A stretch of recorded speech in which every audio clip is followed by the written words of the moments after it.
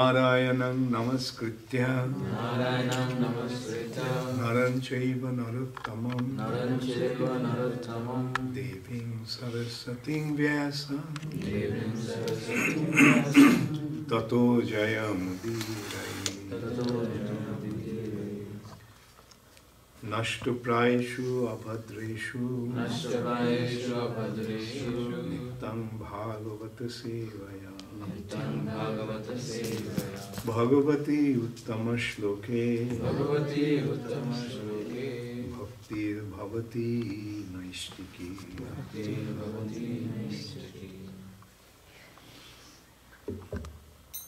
Srimad Bhagavatam, first canto, 4th chapter, appearance of Sri Narad, text 5. Dṛṣṭvā anuyāntam ṛṣim ātmajam api anagnam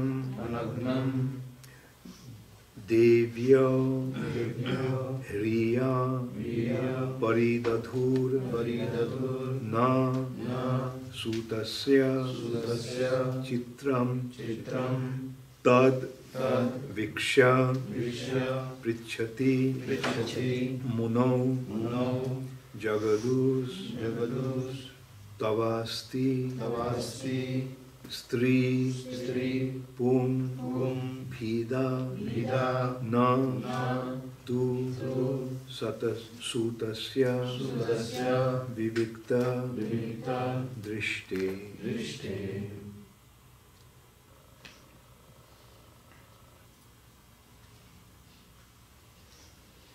dṛṣṭvānuyāntam ṛṣim ātmajam yapyanganam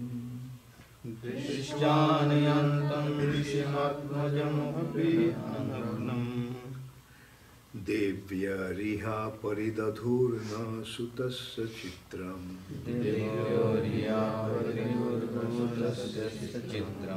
tad vīkṣya pṛcchati munau jagadus tavāsti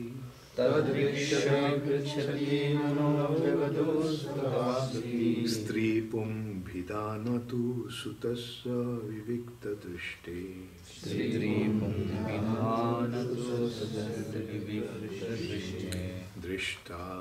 dṛṣṭvānuyāntam ṛṣim ātmajam anagnam dṛṣṭvānuyāntam ṛṣim ātmajam api anagnam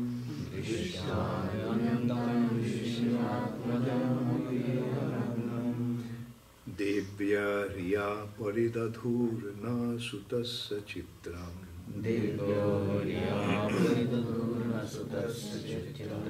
tad vīkṣya pṛcchati munau jagadus tavāsti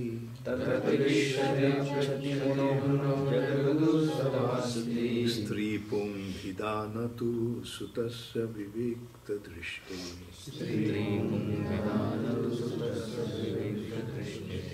dṛṣṭvānuyāntam ṛṣim ātmajam api anagnam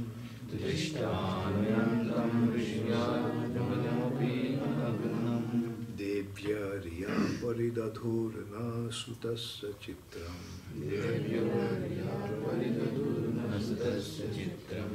tad vīkṣya pṛcchati munau jagadus tavāsti strī-pum-bhidā na tu sutasya vivikta-dṛṣṭeḥ.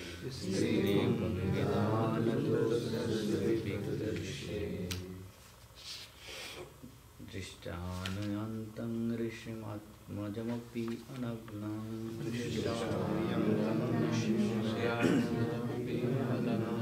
devyo hriyā paridadhur na sutasya citram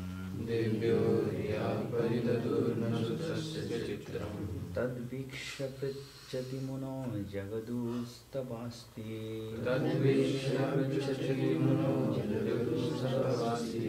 strī-pum-bhidā strī-pum-bhidā nato sutasya vivikta-dṛṣṭeḥ. strī-pum-bhidā nato sutasya vivikta-dṛṣṭeḥ. dṛṣṭvānuyāntam ṛṣim ātmajam anagnaṁ. dṛṣṭvānuyāntam devyo hriyā paridadhur sutasya citram.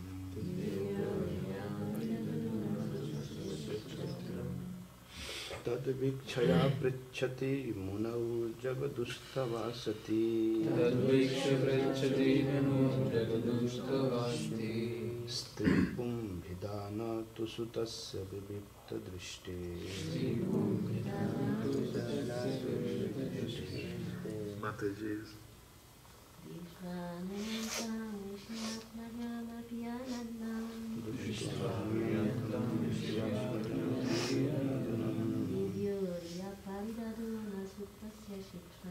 devyo paridadhur sutasya citram.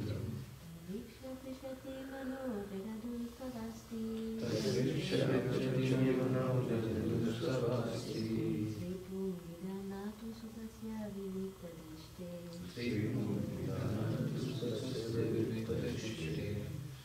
Dṛṣṭvā, by seeing, anuyāntam, following, ṛṣim, the sage, ātmajam, his son, api, in spite of, anagnam, not naked, devya, beautiful damsels,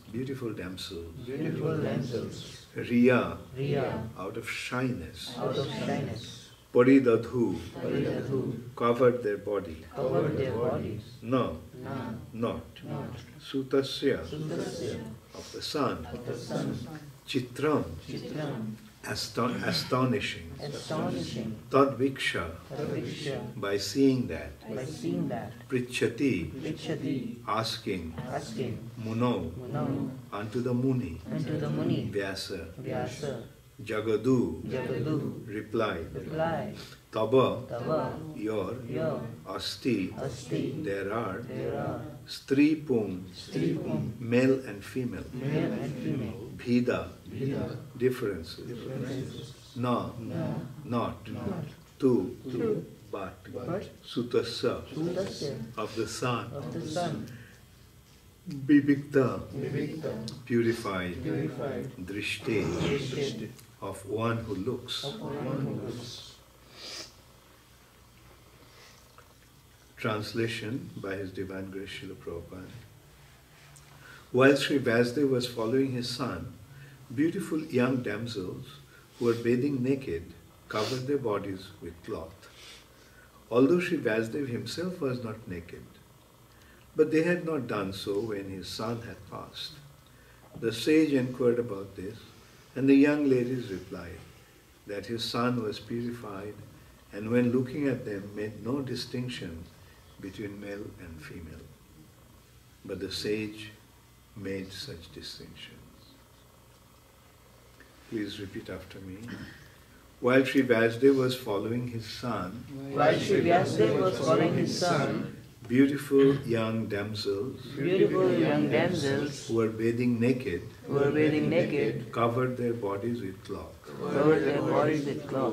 Although Sri Vāsudeva himself was not naked, but they had not done so when his son had passed.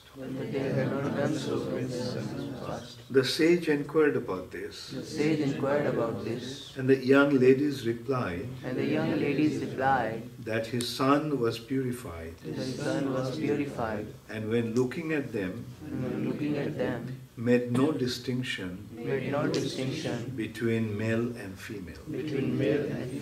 But the sage made such distinction. Purport by Srila Prabhupada. In the Bhagavad Gita 5.18, it is said that a learned sage looks equally on a learned and gentle Brahman, a Chandal, dog-eater, a dog, or a cow, due to his spiritual vision. Srila Sukadeva Goswami attained that stage. Thus, he did not see a male or female. he saw all living entities in different dress. The ladies who were bathing could understand the mind of a man simply by studying his demeanor. Just as by looking at a child, one can understand how innocent he is. Sukadeva Goswami was a young boy, 16 years old, and therefore all the parts of his body were developed. He was naked also, and so were the ladies. But because Sukadeva Goswami was transcendental to sex relations, he appeared very innocent.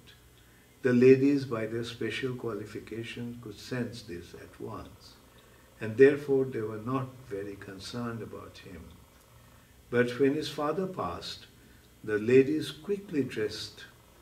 The ladies were exactly like the children or grandchildren, yet they reacted to the presence of Vasudeva according to the social custom, because Srila Vasudeva played the part of a householder. A householder has to distinguish between a male and a female. Otherwise he cannot be a householder. One should therefore attempt to know the distinction between body and soul without any attachment for male or female. As long as such distinction is there, one should not try to become a sannyasi like Sukadeva Goswami. At least theoretically one must be convinced that a living entity is neither male nor female.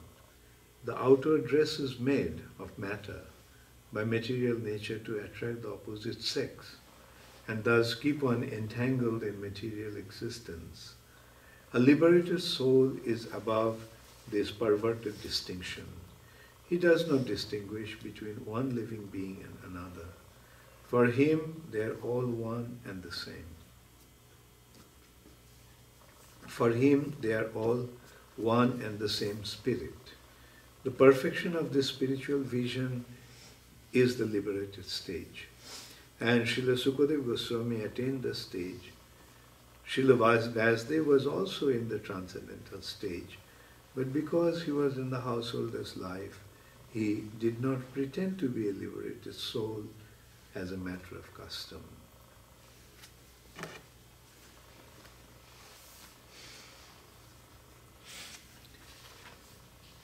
So, Sukadeva Goswami, the son of Vasudeva, knowing the condition of this material nature, that how entangling, how difficult this material nature is, didn't want to come out of this material, come out into this material nature. He thought it's better to stay in my mother's womb. And in this way he stayed in his mother's womb for 16 years. And then when he was assured by the Lord that he won't be affected by the duality of this material nature. The duality of the material nature causes all the entanglement in this material nature. Good and bad. Day and night, sin and piety, rich and poor. So these are the dualities of this material nature. And the ultimate duality is male and female bodies. And the natural attraction for the opposite sex. So that is the cause of ultimate material bondage. So here we are seeing that Sukadeva Goswami was above that. Sthabar jangam dekhe, na dekhe tar murti, sarvatra sphuraye tar ishtadeva spurti.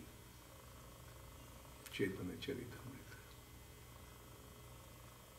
A liberated soul, he doesn't see the non-moving material objects and moving living entities. Or sthabar, another meaning of the word sthabar is non-moving. This also includes the trees and plants. And jangam means moving, non-moving and moving. He just sees them, but he doesn't see the external feature. Everywhere he sees Ishtadeva Spurti. Everywhere he sees his worshipable Lord.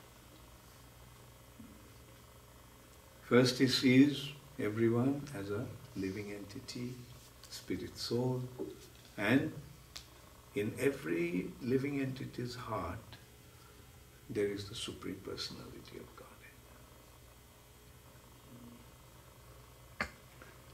Krishna, as the super soul, is the witness. He is seeing everyone. And he is giving the rewards or results of one's previous actions. As one acts accordingly, he gets the result. And this is how the living entities are transmigrating from one body to another body. Urdhvam gacchanti sattastha. Those who act in the mode of goodness, they go up. Madhye tishtati rajasa. Those who are in the mode of passion, they remain in the middle. And jaghanna guna vrittistha. Adho gacchanti tamasa. And people, individuals, in the mode of ignorance, being entangled in all kinds of abominable activities. Jaghannya. Jaghanna means abominable. Guna vrittistha. Being affected by this abominable influence of this mode of ignorance goes down. So that is what's happening in this material nature. Sometimes going up, sometimes going down.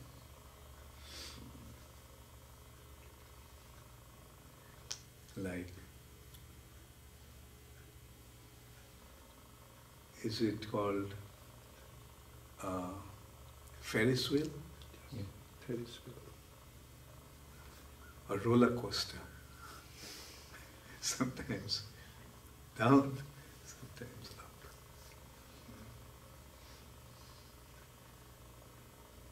So, when one goes down, it causes anxiety. Who has been to a roller coaster? How does it feel when it goes down? Right?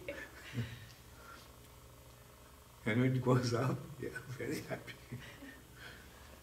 So that's what's happening in the material nature. Sometimes going down, sometimes going up. Jantra ruhani maya. By the arrangement of Maya, living entities are riding in different kinds of vehicles, machines, jantra ruhani. So in this way the living entities are traveling in this material nature. Sometimes going up, demigods, and sometimes animals. When they're going down. And in the middle, human beings. Then he as a human beings have a possibility to go up or go down. If one acts properly, nicely, in a pious way, he'll go up to the heavenly planets. And if somebody acts in a wrong way, he'll go down to the animal species. Or even lower species, like we saw that Nala Kuvera and Manigriv, two demigods, Kuvera's sons. Because of their inappropriate behavior, they had to become trees. Not only animals, one can even become trees. And this is how one gets punished. Sometimes, in this way, living entities are transmigrating, and even in the human platform. Someone is a man, someone is a woman. And then they change their roles. Those who are man in this life, next life, probably he'll become a woman. And a woman will become a man. And that's what happens generally, because when one is in a male body, he's attracted to his wife. And at the time of death, he remembers his wife and gets a woman body. And the woman attached to his husband, to her husband, and at the time of death, thinks of her husband, gets a male body. This is how they're changing their roles in the material nature. Sometimes they're attached to their dogs, at the time of death, to think of his dog and get a dog body. So that is why one should be very careful where one develops his attachment. If we develop attachment in the wrong place, then we'll become degraded. Therefore, the safest thing is to develop attachment to Krishna. And if at the time of death one remembers Krishna, then he'll go back to the spiritual world where Krishna is. He'll get a body like Krishna's body, a spiritual body, Satchidananda body. Krishna is Satchidananda, the living entities, those who are attached to Krishna, they also will get a Satchidananda body. So this is science. This is science. Actually, this is the real science. Others are just speculation. What is going on in the name of science? They're just speculating. And they're seen as the wise people. And this is how the whole human society today is being misled. Fortunately, Srila Prabhupada came. Fortunately, we came across Srila Prabhupada and we got this knowledge. The real scientific knowledge.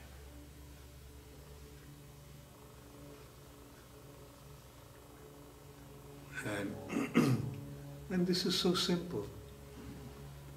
Who will say that if one acts in a nice way, he will not be rewarded? Isn't it natural? If somebody leads his life nicely, he gets a better future. Like you all have been good boys and girls, led your lives very nicely, and you got a beautiful future in Hare Krishna movement. Right? And those who squander, in your college you have seen, those who squander their times in just in frivolous activities, what happened? They become miserable. They fail in their exams and they become miserable. They don't have any future, so to say. Whereas those who study nicely, they get a better future. When they complete their studies, they get a good job, they get a good future. And you all have transcended that. Right? You could have got a good job. You could have got a nice, comfortable life. But what are you doing here? In America, you're making the floors, painting the walls, fixing the ceilings. But which life is more exciting? This life or that life? Working like a slave of some drunkard. Just because of just to get some money at the end of the month. Whereas, sometimes I feel, I say also, that our life is a life of eternal holiday, endless holiday. Isn't it? They are working and they look up to their holidays. The weekend, when the weekend will come. Why they feel that way? Because they don't like to do what they are doing. That's why they want to have the freedom. Okay, someday that I don't have to do that. But in Krishna consciousness, we don't feel that way. Every day is a holiday because we enjoy doing whatever you're doing. We haven't become slaves of some conditioned soul who himself is lost. Because he has some money, he organized something and he made his business and he is employing you. But what's he doing? Why is he employing you? Because he's exploiting you. Those people are paying somebody X amount of money in order to get X plus Y amount of profit. Whereas in Krishna consciousness, we don't get any salary. We don't get any money. We are not working to please anybody to get some money at the end of the month. We are working, we are acting in order to please the Supreme Personality of Godhead, Krishna. And why we are doing that? Because we know that Krishna will reward us. To begin with, Krishna is giving us everything. He gave us all the food, he gave us all that we need, everything. He's given us the food, the drinks, the oxygen, and protecting us under all circumstances. So better to serve that master. And that master also gives the remuneration. And that remuneration is being credited in the spiritual.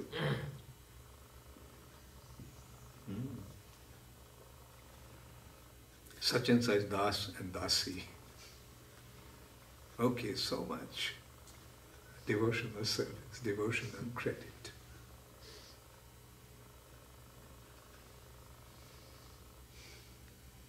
Like Mohan Murari and Rishabdev, Rishabhananda Das,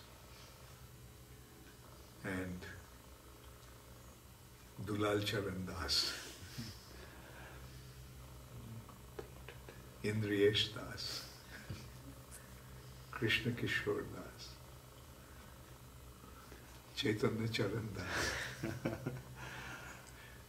Rasananda Das, Shyam Mohan Das, Somaradhika Dasi, Archana Devi Dasi. They work so hard on 15th April.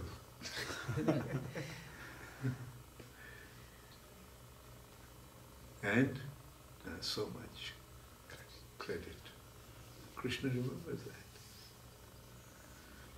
And whatever we do in devotional service doesn't go in vain. Materially, whatever you do is finished at the end of our life. Somebody may have billions of dollars, but when he dies, everything is taken away from him.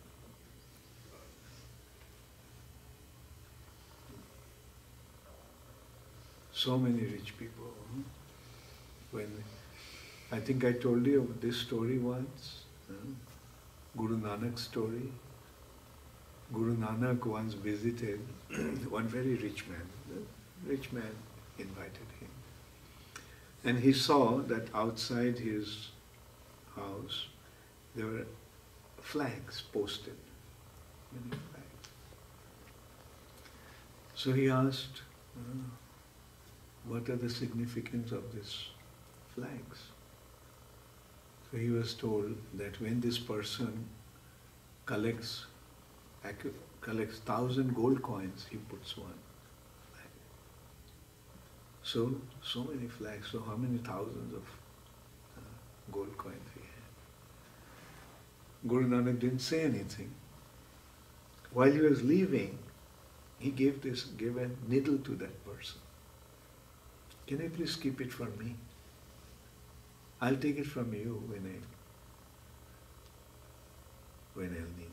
When will you need it? How do I know when I'll need it? Don't worry, I'll ask you. When? Next life. Next slide.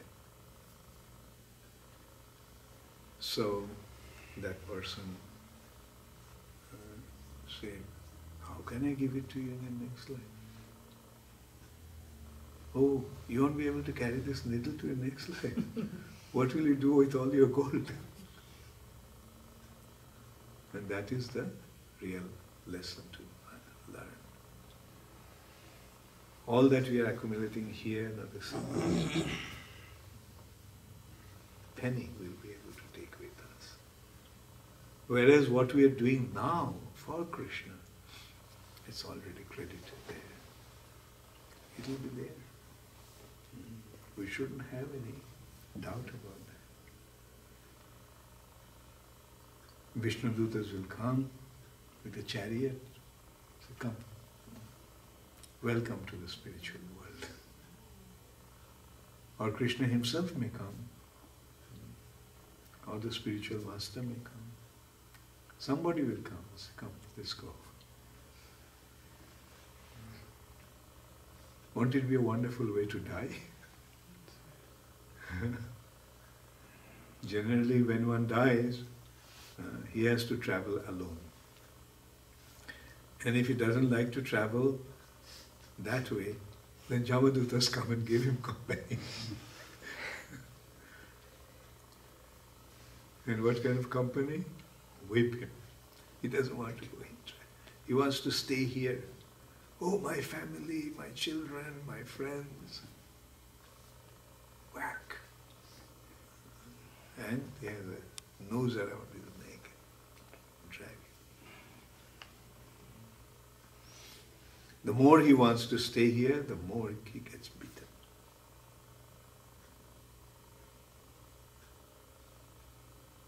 But the devotees know that the attachment to this material nature is only temporary.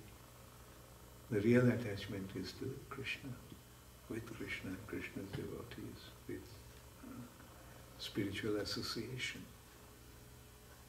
So let's remain attached there, because they will take us to the right place. The place that is full of joy, full of happiness.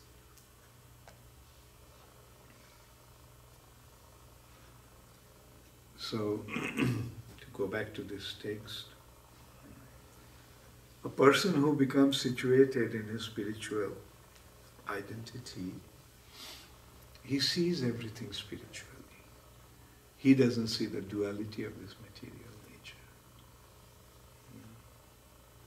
He sees Krishna and everything in relationship with Krishna.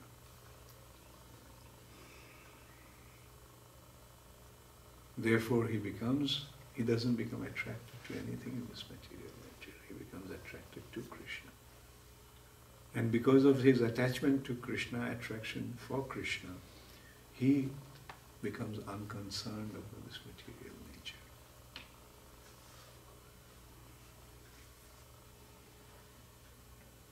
Once one question was raised, quite intelligent question, in one such program, that in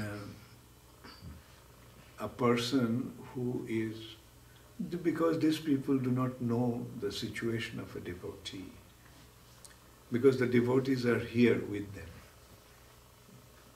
So the question was put to them that a yogi who is meditating in the mountain, in the Himalayan mountain, if you give him a proposal that I will make you a director of Microsoft, will he come? Will he accept that offer? Why not? Because he is aspiring for something much higher than that. Similarly, like those who are situated in spiritual platform, they are not interested in material activities.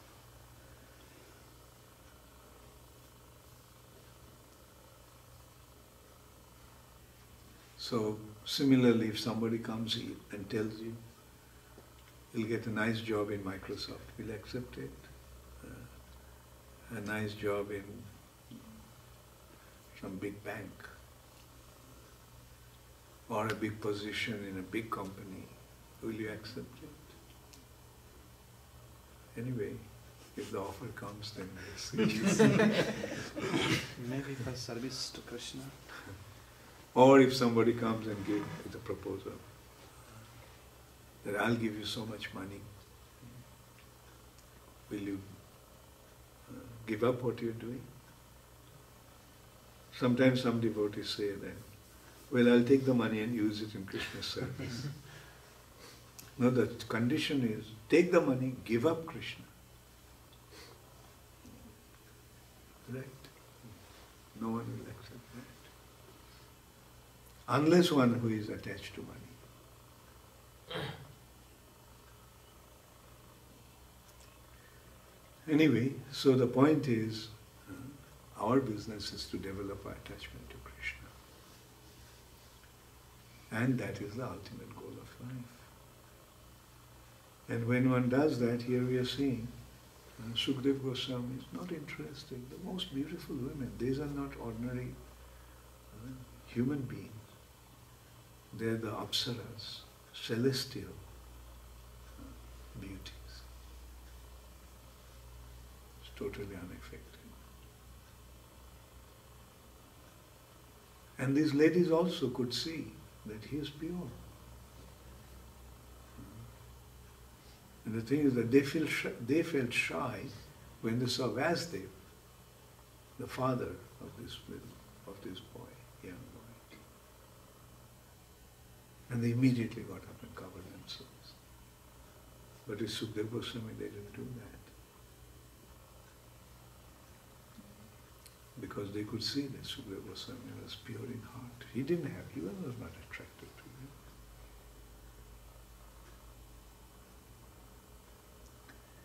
So this is the lesson that we are learning through this teachings of Srimad Bhagavatam. Hare Krishna, Gaur Premanande. Does anybody have any question?